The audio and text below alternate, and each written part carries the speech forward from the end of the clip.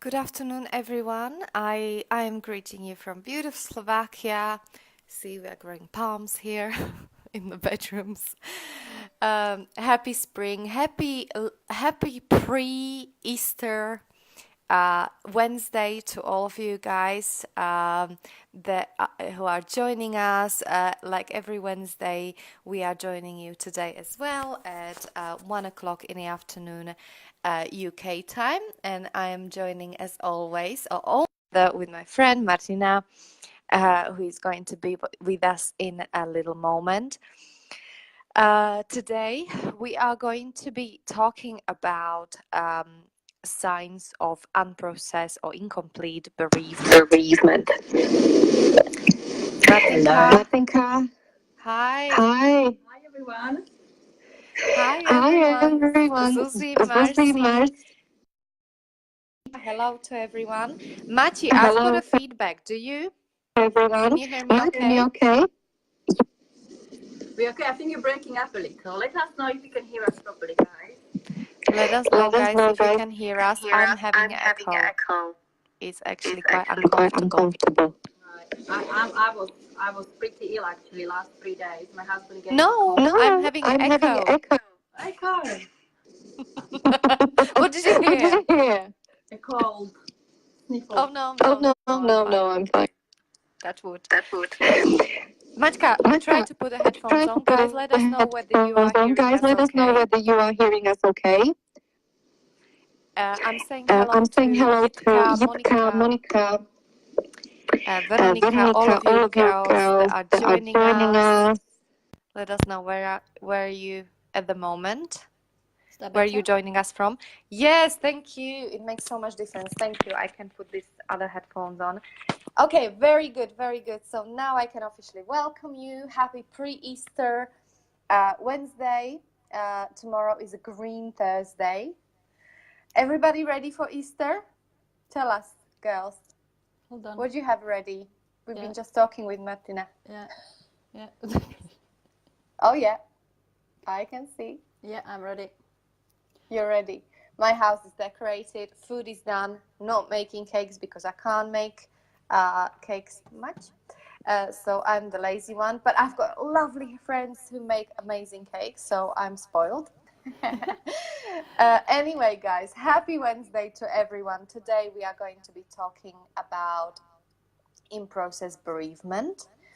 It is something that I believe that is going to resonate with a lot of people. I did come across several clients even this morning who are going through unprocessed bereavement without realizing it. Okay, so I found it really, I wrote an article again, always inspired by you, my people. And yeah, I wrote an article. So if you want a full article, let me know. Today we are going to talk about the signs of in-process bereavement. So that's the cases when you lost someone who you love dearly, or you lost someone who you didn't have a chance to, who was close, and you didn't have a chance to complete, like have a conversation, say goodbye, that kind of thing. We are going to be talking about signs, and then we are going to be talking a little bit about what to do with it. Okay, I know it's very sensitive subject, so we would really, really appreciate if you are going to share with us, because if you share with us, you are sharing with everyone, and it's kind of beautiful thing to do, because a lot of people, whether they have a courage to say thank you so much that you shared this, it makes me feel so much better, whether they have a chance to say that or not, the chances are we are all going through similar emotions. It's just we are dealing with it internally alone. And so that makes the process much harder, because we think that we are alone. And one of the reasons why we are doing this broadcasting every Wednesday is to bring us all together, and to share with each other, with you, be authentic, and to share that actually, we all want the same things. Essentially, we are very, very similar, and we are also going through very similar challenges. So hopefully, if I can offer you something that is going to be useful in your world as well, then that's amazing bonus. Hopefully we will bring a good energy into your homes as well. That's what you often say, that every time I watch you, I have a better day. So let's hope that today is going to be one of those moments. But first of all, let's introduce ourselves. So Martinka. Hi everyone, thank you Lucy. So my name is Martina Stewart. I'm living in the UK for 21 years. I've got two beautiful children and at the moment I'm enjoying Easter break. We've got a beautiful weather in the UK. I bought myself a roller skates for birthday and I'm doing rollerblading.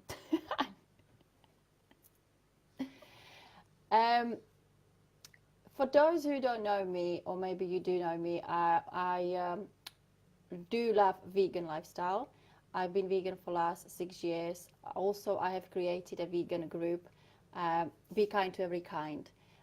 This group is basically anyone can join, don't have to be vegan, and we are sharing lovely recipes in this group. And also, I have created page, yummymummy.com, busymummyyummy.com, which I'm going to leave links in a comment, so you are welcome. You can like it, you can add yourself inside the group and stuff.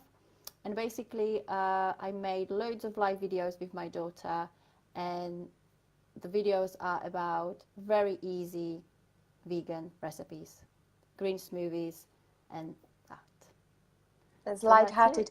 Do you have a special Easter edition on your Facebook pages? Some like tips for Easter, healthy options. I'm going to make a potato salad, Slovak typical potato salad. I did add already one lovely cake into the group, so that can be used for like around the Easter. And Easter is about enjoying the food as well. So can I just say, in terms of food, definitely enjoying food, definitely Easter is similar to Christmas in a way.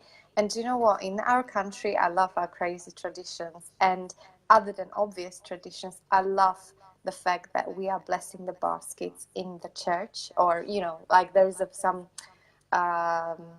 I remember when I was a child, we used to stand outside of the church in a little circle and bring our little basket covered with lovely embroidered, usually white cloth.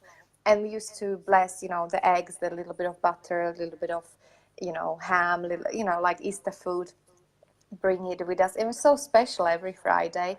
I think it was Fridays. Yeah, we used to and it was just, there is just something about making food with love, but also blessing the food before we eat it.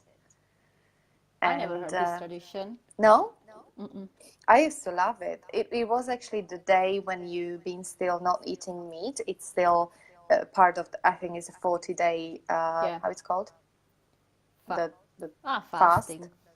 Eating fasting. meat, yeah. And I know after we came back from the church, we could dig into all these. I think it was in the evening of Friday. Correct me, guys, if I'm talking nonsense, but that's what I remember. So I am going to church. I'm now in Slovakia. I really look forward to it. I might even prepare a little basket. I need to get one.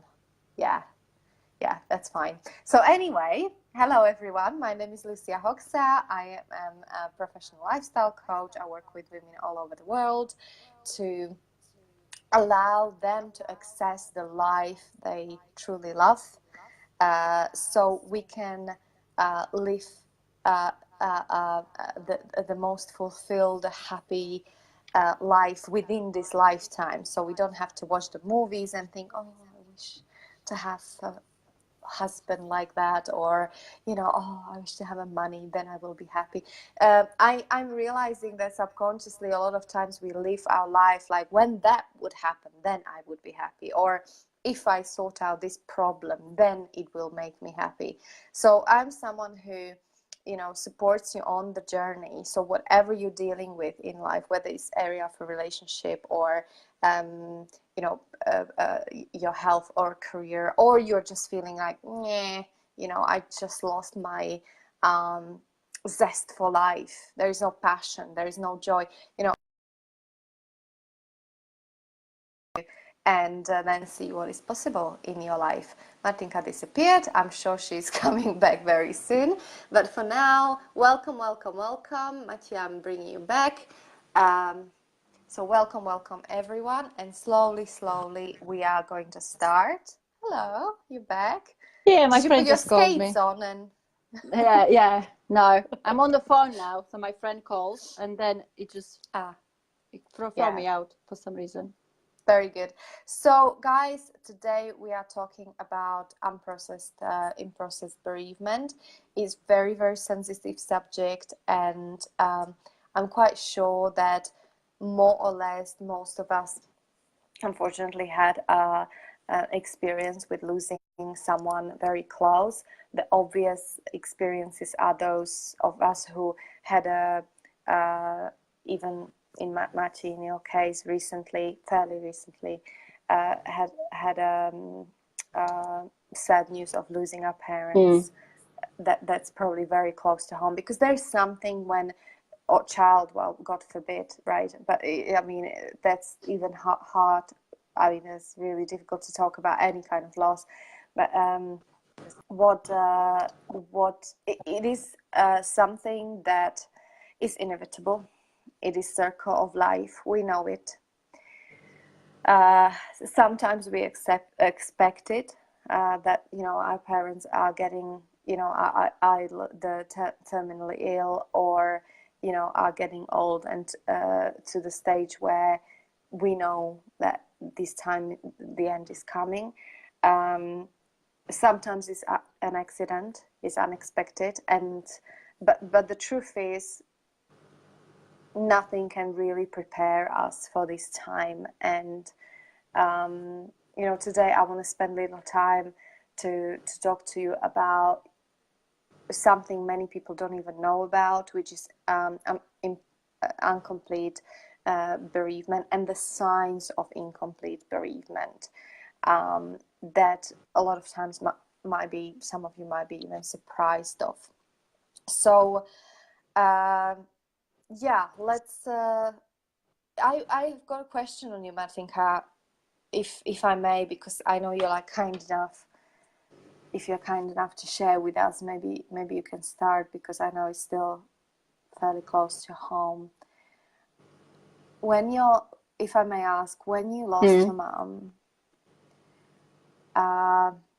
what do you feel now? A few months has passed. What do you feel was a process for you? Like, how was it for you, the whole thing? Because I suppose you kind of expected, I know you've been in Slovakia before this happened. Yeah. I know you've been extremely caring and loving with your mom, and that continued. And then it was arrangements. Can you take us through this time of your life? Maybe up till this point, like how you... See, I think everyone's got that different journey, and because I was blessed to spend the last month in Slovakia to do care about my mum, you know, look after her, and because last two months she was on the bed, she did not move. You know, she needed 24/7 care. I mean, I think for me the hardest thing was to find out that she had cancer, and then how they're going down a hill, to watch them disappear. And then when they reach that time, like, you're looking at them and feel sorry for how much pain they're going through. Then you know when the end's coming, and when the end comes, for me, it was like a, I can't say blessing, but she was not suffer anymore. And I know, you know, she was in a lot of pain. So I just took it that way, that, you know, it's end now. She's not suffering. She was 74. She did come and say goodbye in my sleep, which was wonderful. That happened, do I remember well, that happened just before, right? That's kind of how... Yeah, because we were with her in the summer, and then the school started in September, so we came back to UK, and then in 2 weeks' time, she died. But what was really lovely, that I knew she was in a hospital, and I knew I have to go. So from Thursday to Friday, I believe, I went to bed, sleep, and I was flying Friday. And I think I got up about 3:30 because I dreamt that she was calling my name in my dream. I could hear her voice calling my name, and then I just got up. I woke up, and then I found out next day in the evening that was the time she died in a hospital. So I don't know, guys. So now if you you're a got to- believer. I am. I am. So I don't know how. I can't see any comments, guys. But let me know if you got similar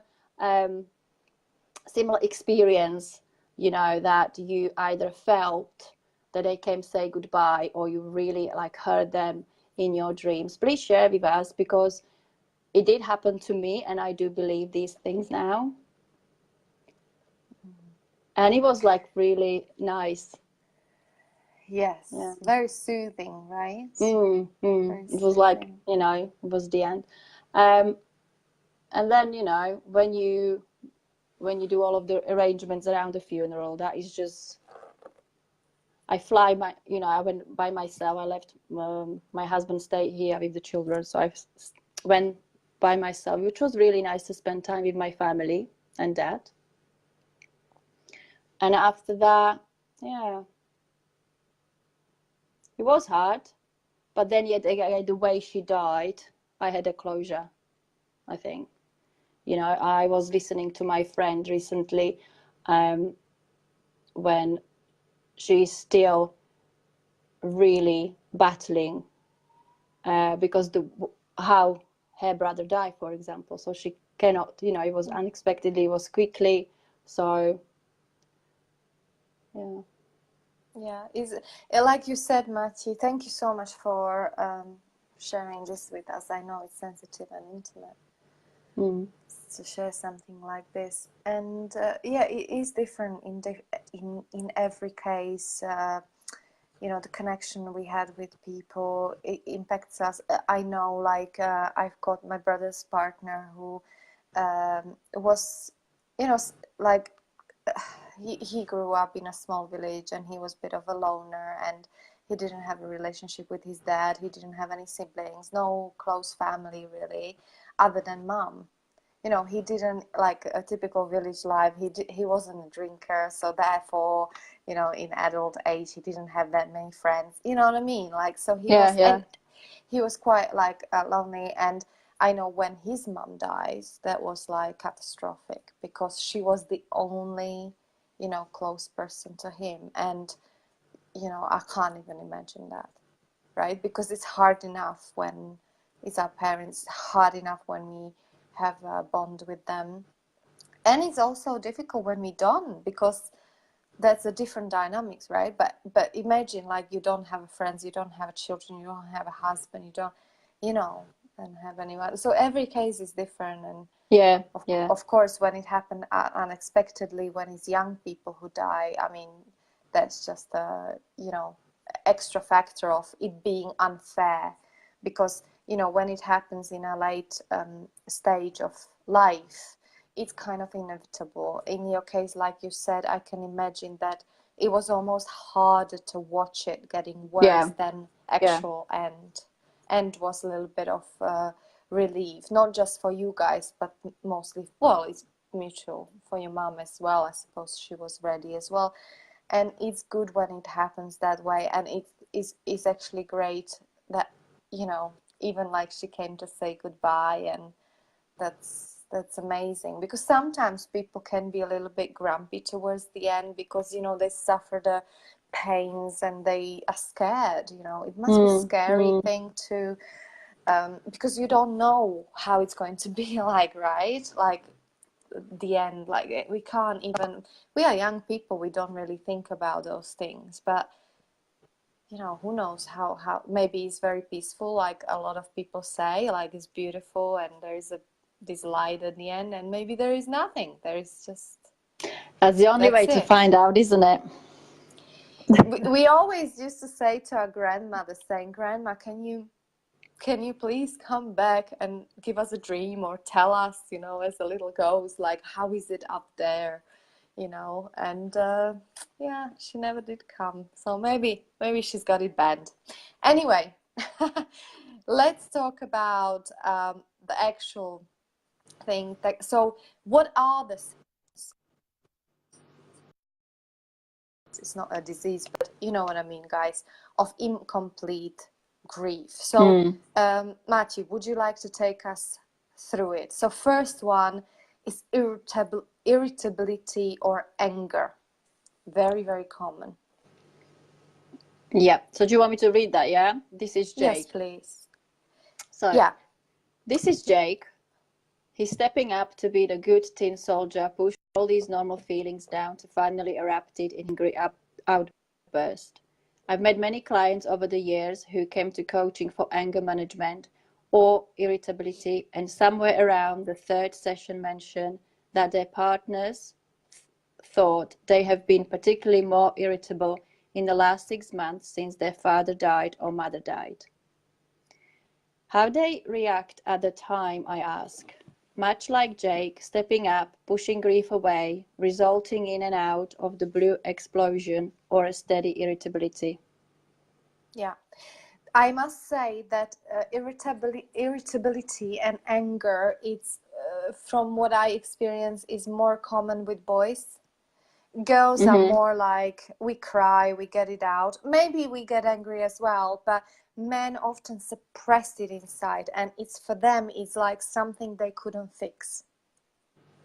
Yeah, in men's brain, it's more like, I couldn't fix it. So girls, it's not only for us who lost someone, but actually if we have a husband who somebody passed away, they remember, they process it in different ways. A lot of times they suppress, men very often suppress the pain, and it can cause either, you know, anger, because it's like, that should have not happened, yeah, and they don't know how to, so they can be a little bit more snappy, they can be angry, you know. So it's, even as their halves, we find it really difficult, because often we take it personally. Please don't take it personally, you know. Remember, your partner is going through something that he's processing in his own way. Maybe he's just going to go in his cave and stay there, and or being on a computer, because that's how he's processing the grief, you know. I'm talking with this point. Yeah, and what shall we do as the other half? Shall we just leave them to it? You know, it's time. It's really, well, first of all, let's not take it personally if he snaps or if he's angry, and just be really loving. Okay, I had actually a situation with my husband 2 days ago when his mom is not well, and he's very loving, and family is everything for him, and he's very upset that he can't be there with her. And he was not pleasant on the phone. I say it openly, right? It's not like he was angry with me, but he was irritated. He was really like, you know, he had like he said, black clouds. He felt, you know, snappy, angry. So first of all, I realized, okay, it's not personal.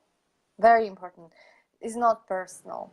And really, like, listening, hearing in between the lines, like, what he's really saying. He might not be saying that with his words, but what he's really saying. And it really helps when you really know your partner, like really know your partner. And I know my partner very well, so I know how he operates. I know that he's like really frustrated that he can't fly and be there now. Like, he wants to be there now, and is this fight inside him. So understanding of your partner, and if you're not sure what's going on, it's important to talk.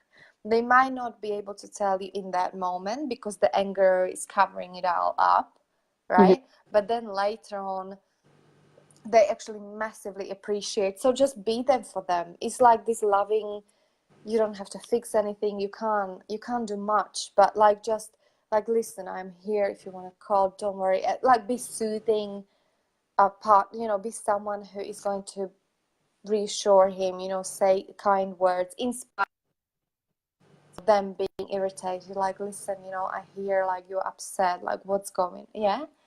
And it's like, if you don't want to talk about it, it's just being really understandable, compassionate partner. That's what we can do. And, you know, it does pay off. because my husband felt better next day, and I could feel that he was. So it never really lasts if we are being there for them fully. Okay. So that's the first point: irritability, anger. What is the second sign of incomplete bereavement? So it's continued obsessing and missing of the other. So obsessing about what happened and why, feeling those pangs of sadness and loss are part and parcel of normal grief, particularly in the weeks following. But sometimes a person will get stuck on emotional rewind and can't move forward. They find themselves dialing the deceased person's phone number, or they reply moment of regret, or cry whenever the lost person or something sad is mentioned. Yeah. And I think that's still the early stages of denial and early stages of, when you're still in that, like, you wake up in the morning, it's like, what is it? Was it true? What is it? Was it a dream? Is it real? The first thing you wake up in the morning is like, oh my God, it wasn't a dream. It's true. When he's like hits you, or like complete denial. It's like you're so used to calling them at 4 o'clock every afternoon that you call. I remember when my grandmother who brought me up, she used to, bless her, like, she was such a light. My God, if I only have a chance to spend 5 minutes with her now. But she lived with us last, I think, year or two before she died, and she was, God, she was shuffling her slippers. When you are like an old person, you're dragging the slippers, and that noise, that was my grandma, and sometimes she was forgetting things, towards the end, and I was always angry, like she didn't splash the toilet. So I was like, oh, grandma, just splash the toilet, you didn't splash, because it smells a little bit, And it's like, she never closed the door in the bathroom. She was like just having a pee with the doors open. Sometimes she didn't even put a light on, because saving energy or whatever. All these nuisance, she used to do. I still remember it. And some of it was annoying. Some of it was funny. Some of it was, but, when you have someone and live with someone, especially when you live with someone you love dearly, and suddenly that person is gone, I remember feeling this massive sense of emptiness. I came back from school and it was quiet. Yeah, my dad's and I got was that. like, yeah.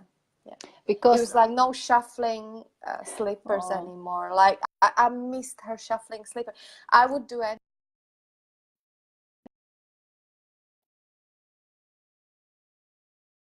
Someone called me now. So yeah, it's that hole that is missing. Is so yeah. Sorry, Matthew, you wanted to say something. Your dad's got it. Yeah, because he was living with her and he was looking after her 24/7. So I remember when I was chatting with him afterwards, he was like, exactly what you're saying, it's quiet. It's that kind of, because I think when he was looking after her 24/7, he was running on, what you call it?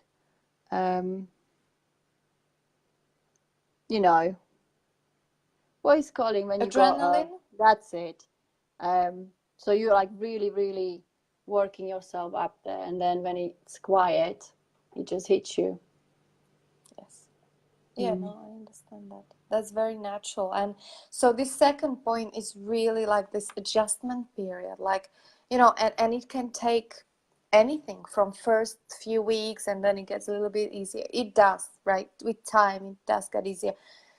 But some people, I was talking to my godmother other day, and she said to me, we are Victor passed, it's been several years now, and she's still like, like my soul can't make a peace with it. I still, so this is that, like, obsessing, almost, well, it's hard to say it that way, but it's almost like when you are missing the other so much, like you keep on listening to the voicemail they left. just to keep them around Yeah. in some kind of way. Any photos, like you keep on talking about it, like if keeping the photos is really balance, isn't it? Like how, when do you, that's a big one, right? When do you clear up the cupboards? When are you ready for it mentally to, give away the clothes? Where do you put this? It's big things, because Yeah. suddenly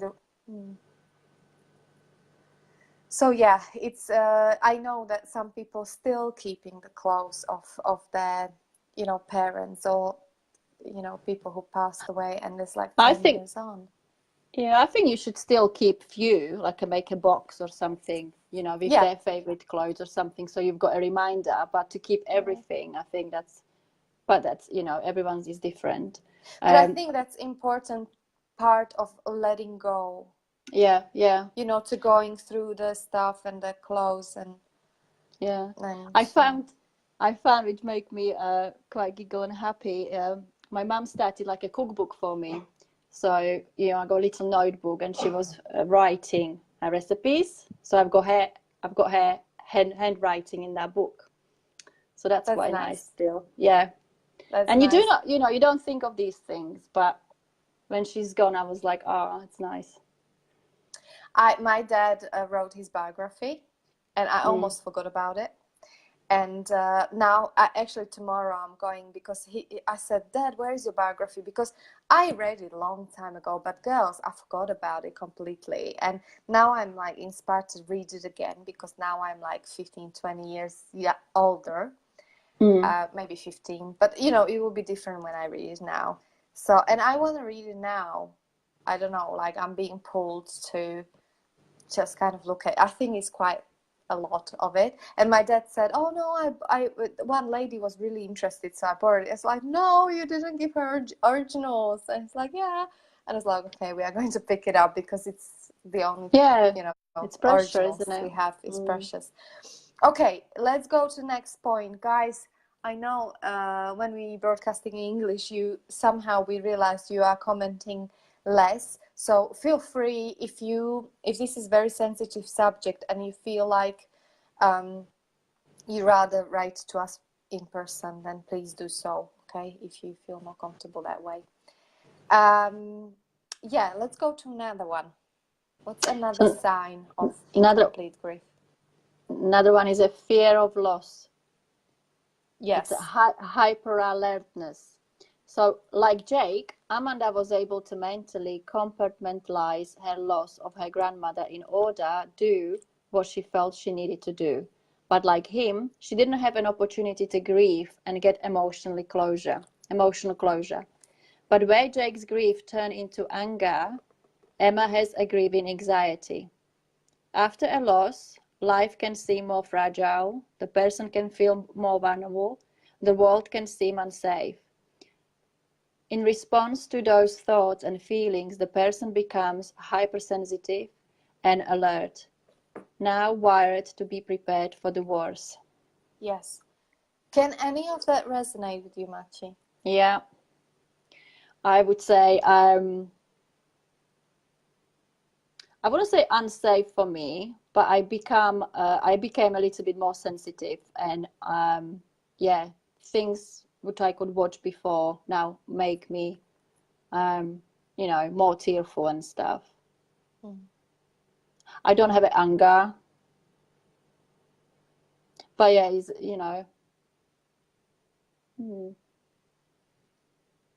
It's interesting. I again, like, sadly, my husband lost his dear sister a few years ago, and she was young and beautiful, and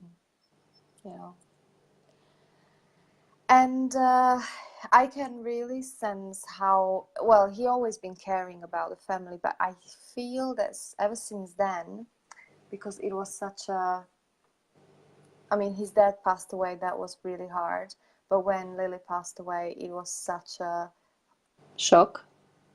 It put physically, when he found out she's got a week to live, and it was really just a week at the end. He said it was like someone slammed my, when with a big hole my knees from the back, and it, like I fall down on my knees. That was such a, you know, physically he fall down on his knees. And I feel like ever since, he is much more, I think as a man, as a protector, he is much more overprotective about me, about his family, about his loved ones. You know, he gets really, like, even, you know, when I was talking about his mom not doing well, he gets much more, you know, and this is exactly that point that we get, it's almost like we are you know, we know that life is so fragile when we lose someone like this, and we can get into that stage when we are so, yes, overprotective, but also quite worried. You know, what if this will happen? What if, you know, oh, you know, the airplane will crash? Maybe we shouldn't go for a holiday because, you know, it's like anything can happen. You know, that cautiousness, often also another sign of unprocessed or not properly processed bereavement, grief. Okay. What's the next one, Matthew? Next one is behavioral overreaction. So Amanda's anxiety is the emotional response, but there is often a cognitive behavioral response as well. With any significant loss, we unconsciously or less than consciously make a decision of how we need to be to avoid dealing with such pain and trauma again. When incomplete grief is added to the mix, a person can overreact. Here Amanda may become more dependent and clingy to her boyfriend, while someone else may swing way to the opposite side and pull away from others, avoiding any sense of closeness in order to avoid potential loss and pain. This can become not just a short-term way of coping, but quickly solidify into a longer-term patterns in the relationships. Yes, I'm really glad we said it here. It's very common that, you know, losing someone, it's actually very similar to losing someone in relationships as well. Not only when they die, but when we get divorced or when we split up, when we have a huge heartbreak. That's also actually a very similar process to bereavement. Some of it actually very, very similar. And here what Martinka was sharing is that, you know, then if we go through the pain that is so severe that, you know, our brain remembers the trauma of it, the process of it. Of course, our brain will then process it in a way, everybody's individually, but either we get really clingy in our next relationship or, you know, existing relationship, what we have if we lost someone, and we, you know, we hold on because what if, you know, I'm going to lose this one as well, yes, or complete opposite, right? We don't ever want to love anyone so much, because why? Because it's dangerous, it's painful. It almost killed me last time when I lost this person. You know, I've got a friend who's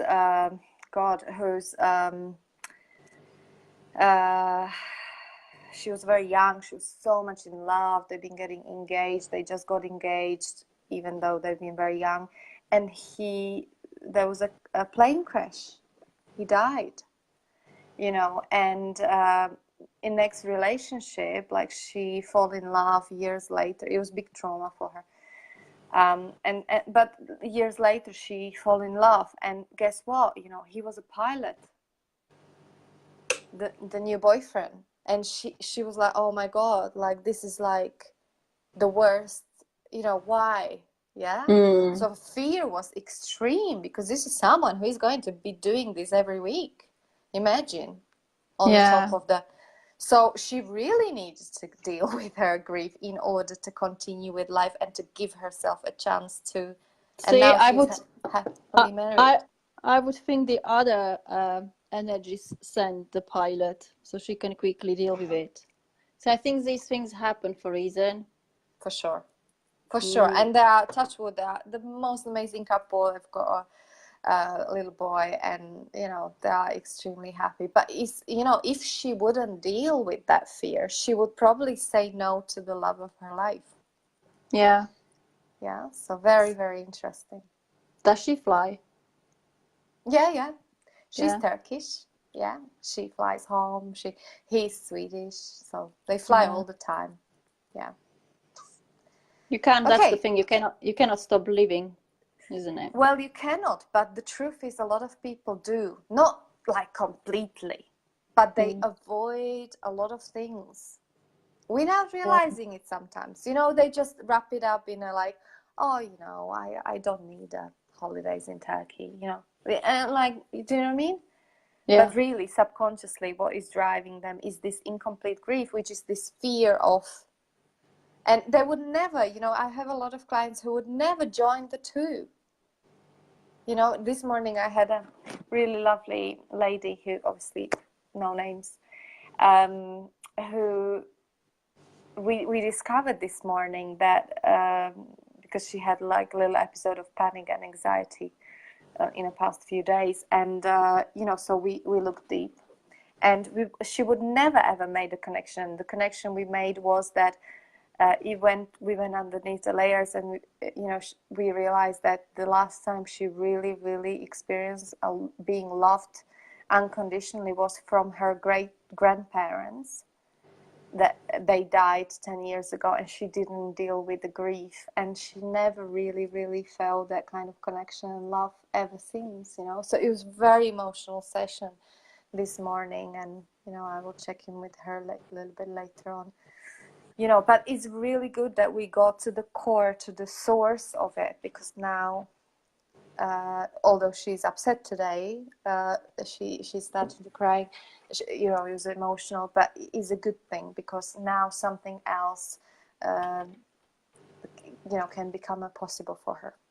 Yeah. Oh, my leg is completely numb. I was sitting, sorry guys, on my leg. I can't move it. Sorry. So let's go to last two.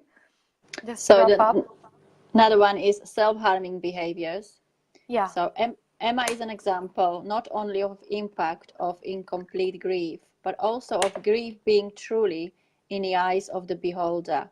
Someone else may do much the same as she did and march ahead without any pull or grief because he sees his job as just a job, the layoff as a part of a corporate life, while for Emma the sense of loss is significant.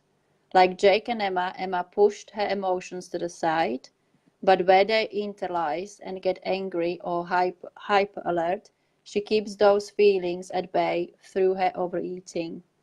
For others, it may be drugs or workaholism or engaging in high-risk behaviors. Okay, guys. So just to explain, I'm using from the beginning in each of these, obviously the names of my clients are changed. I use the different names. But these are all the real stories I'm actually using in this article, not real names of the people, but actual names. So it's easier to understand. And, this is case of Emma and her partner Jake, and they lost their child. And I'm not mentioning in every details, but what basically happened is that in relationship, obviously it put massive strain on their relationship, and how he was dealing with it, which is very common for men, with working. He just threw himself to work, to not have even a second to feel the pain. It was his way to numb himself. And her way to numb herself was to overeat to the degree that she was like sick of food. But the pain of being sick was still not compensating for the pain that was hurting in her heart. So yeah, we often slide into self-harming, especially in case of unexpected death and trauma, and obviously death of a child is a huge one, probably the worst one. People do slide into these addictive self-harming patterns and of behaviors. Very, very common. Like, what's the point? Basically, they just go, well, I lost everything, you know, the sense of like I lost everything. Was the point of living? Is, you know, I self-harm myself. You know, sometimes people even actually physically self-harm themselves because that pain they feel, the physical pain, is taking away, at least for that little second while they're cutting themselves, the emotional pain. I'm actually talking to someone this evening about mum whose daughter, very young girl, actually self-harming herself. So that's not to do with bereavement, but it does happen with It does happen with the children as children. I well. heard stories. Yeah, which is very Yeah. sad. Yeah. Okay, let's do the last one and then we will wrap up, because I would like to take you through like how to deal with it, but maybe we do it next week. Matthew, what do you think? Because I think, Yes. Well, you shall know, we have to talk about it, how to deal with it. yeah, because I again, we wanted to give you content and give you as much value, and so yeah, we will be talking about how to deal with it next week. But let's Matthew, if you take us through the last sign, if you like, of unprocessed bereavement. So it's a numbness or low-grade depression. Apathy. So here the apathy. Here the shutting down of grief is like throwing a heavy blanket over our emotional selves. The result, an emotional numbness, low-grade but persistent depression, a why bother attitude, a lack of energy, drive, motivation. Can you hear anything in that? Yeah, I think I slowed down after that. I wouldn't say depression, but I had a really bad days. Sometimes it came across why bother attitude, but not in a very deep scales. You know, it was just like a dipping in and out for me, if that makes sense. It does, yeah. Yeah, very, very common, this sign, apathy, numbness. By the way, guys, to a certain degree, it's all stages of bereavement as well. So it's normal. It's not, you know, if you are going through this stage, that's normally later stages of bereavement. It's not like it's not okay, but it's just when it lasts for a very long time and you are not able to move on. Okay, it's normal to have anger, to have apathy, to have, you know, to go through all these things that we are talking about. But it's just when it takes a very, very long time and you're not able to, it's not getting better, basically, maybe even worse, right? That's when it's very, very good that we are talking about it, because maybe you know someone who this might be very relevant to. So yeah, apathy, numbness, and it's just kind of like that overall feeling like, what's the point to get out of the bed, you know? Like, what is the whole life about? We can get, losing someone very close, we can get really confused about, confused because our values are being shaken. You know, something that was very important before is like, I can't be even like, it's just not even. Yeah, but so it can be very good thing actually, because this kind of experience, as difficult, as challenging as it is, it can actually in a very healthy way to bring you back, to slow you down, to give you the something very, very precious, which is really living in a present moment, because suddenly you're present to death, so you're present to your mortality, and therefore you are maybe for the first time very present to life as well.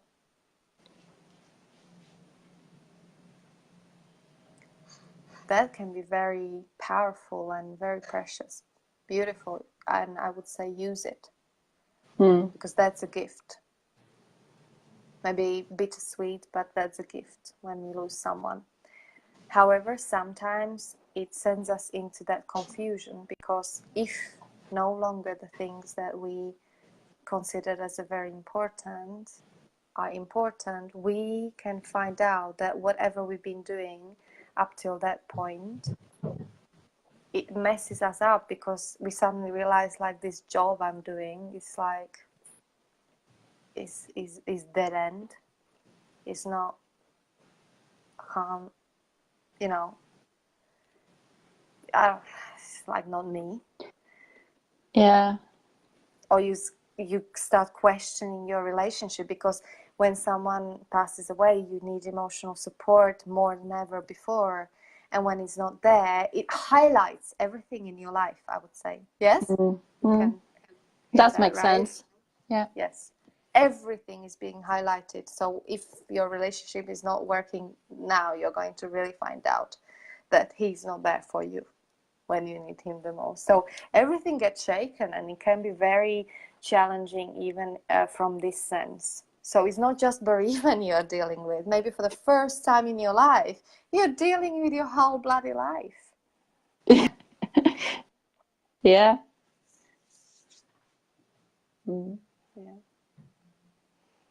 Good.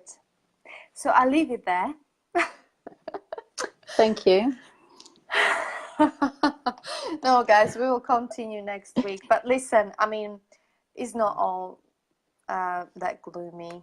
I want to leave you, as always, with something. 5% battery, very good. I want to leave you with something on a little bit of positive note. Okay, no doubt, this is a very, very tough time, and I'm so deeply feeling for all of you who are listening to this and really are going actually through something even my huge condolences. However, the good news is that, you know, it over the period of time, and maybe even throughout, if we have a capacity to turn it around in some kind of precious way. An example might be the funeral of my lovely uncle, where he was just an amazing person, and acknowledgement during this funeral of how amazing he really was. We actually found out on the funeral with a lot of strangers telling us what everything he'd done for them, and you know, family memories together, and we've been able to not just cry but also to laugh a little bit about, you know, things he used to say and really celebrate his life. So guys, you know, there is obviously, you know, it's challenging, but we can turn it around. We can even from something like this, we can still, you know, create something beautiful. I know the parents who lost their child. I was watching this terrible documentary about the young woman who went to, you know, have a sandwich, and on a sandwich there was written that she was allergic basically to nuts, and she actually died from it, you know, like because there was no information. And now parents are campaigning for a new law that is going to carry their daughter's name. So you know, like even tragedy like this, which is completely waste of life, you know, for reasons they couldn't even prevent, and they've been so careful about, they are turning around to help maybe, who knows, like thousands and thousands of other children whose life will be saved because this new law they are really fighting to implement. So, you know, there's always the way how we can turn it around, how we can, even when we don't see it in that moment, but create something beautiful, precious, like bond for the family, the stronger than it's ever been. It's always possible to do that. It takes something sometimes. Okay, so guys, I'm going to leave you with it. Matthew, did you find this a little bit useful? Did you take something from Yeah. from this today? How I said, I had a good conversation with my friend. She's going through a very, very strong period of her time of grieving, because I don't think it's been 8 years, and now she found a help, and it gets even more scarier for her. Yeah, So because I can see what she told me compared to my journey. So yeah. Yeah, because probably she wasn't dealing with it before. She was, you know, how often we brush things under the carpet. Things get a little bit, well, sometimes a lot, even with my clients at the beginning, things get really messy. And then, you know, you tidy up, then it gets easier and you clear up, and then something else For is sure. possible. So that's probably what she's going. But I mean, maybe even share with her, and you guys as well, share this video if you know about any of your friends who you think what we've been talking about can serve. Of course, like, we are here for all that, you know, you think we can contribute to.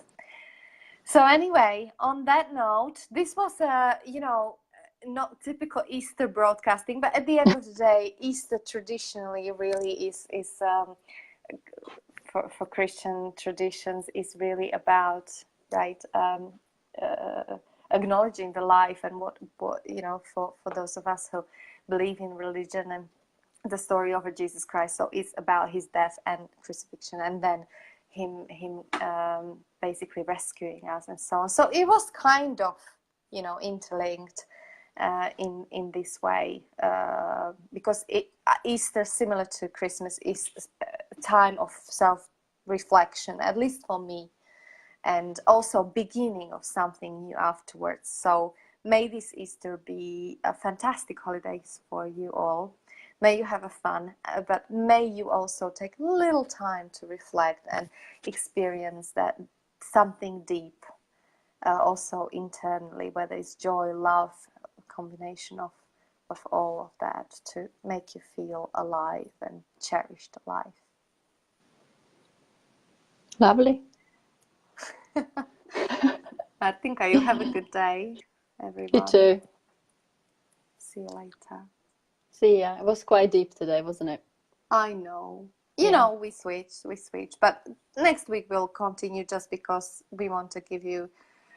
So next week we'll be talking about like what to do with incomplete grief, and that is going to be happier because we are going like, okay, I can actually do something about it. But we want to spend a good time on it, so that's why I will separate the whole next session to do that. So there is good stuff coming, guys. Good. So happy Good. Easter. I will Happy see you Easter, everyone. Bye. Get See you on whipped, Wednesday. girls. No.